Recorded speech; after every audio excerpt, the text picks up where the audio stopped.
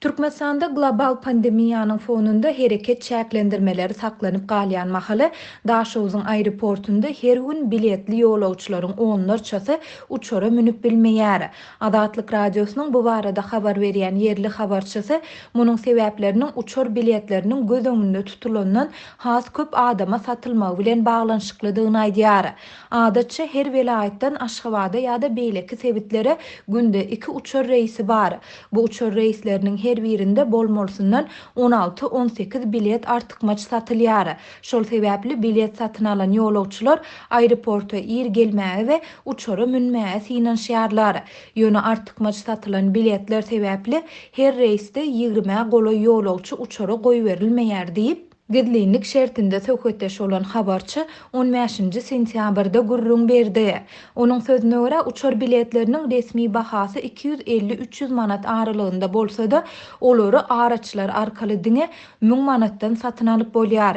Ýöne uçara münüp bilmedik ýolagçylara biletiň diňe resmi bahasy ýzyna berilýär. Adatlyk radiosynyň bu barada Daşowzyň aeroportundan goşmaça maglumat almak boýunça eden synanşyklary häzirlikçe netije bermedi. Türkmen häkimetleri ýurtda hiç bir COVID-19 näsagynyň resmi derejede hasaba alınmandygyny aýdýan bolsa-da, martyň ahyryndan başlap ençeme çäklendirmeleri girdiler. Şeýlede welaýatlaryň, şäherleriň we etraplaryň arasyndaky ulug awtobus we otly gatnawlaryny çäklendirdiler.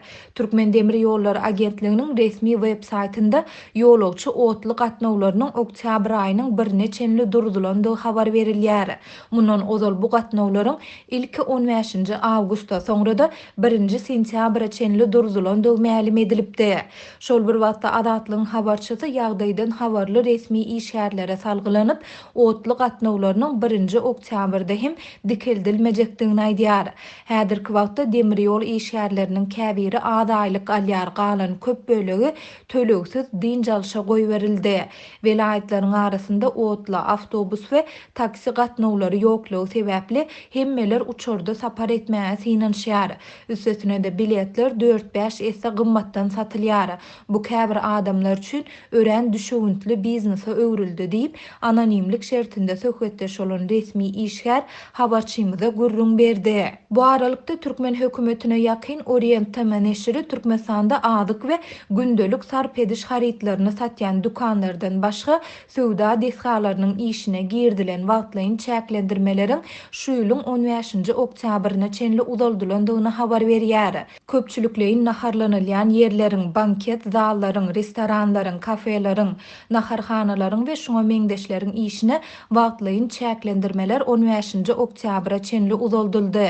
Şoňa meňdeş çäklendirmeler hyzmat ediş desgalaryna, şol sanda kinoteatrlara, teatrlara, oýun attraksionlaryna, muzeýlere, gözellik salonlaryna, hammamlara, sport desgalaryna, baseynlere, fitness we aerobika klublaryna hem degişlidir diýilip, neşriň 14 sentýabrda çap eden habarynda aýdylýar.